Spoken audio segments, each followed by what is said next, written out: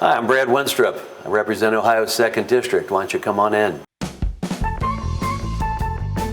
You'll see right away that part of my district is Cincinnati, Ohio. This is Findlay Market in Cincinnati, one of the famous landmarks. My wife got me this picture of Pete Rose because one time I said if everybody worked as hard as at their job as Pete Rose did playing baseball, there'd probably be no unemployment.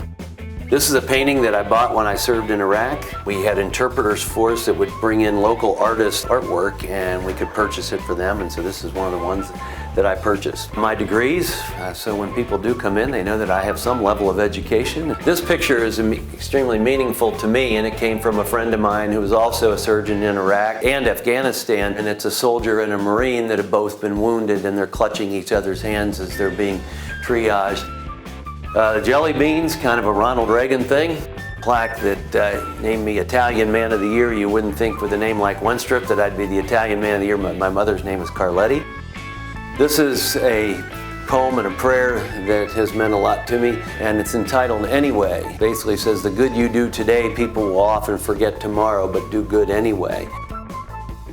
Some things that are pretty specific to the Cincinnati area, which is La Rosa's, Montgomery Inn, and Skyline.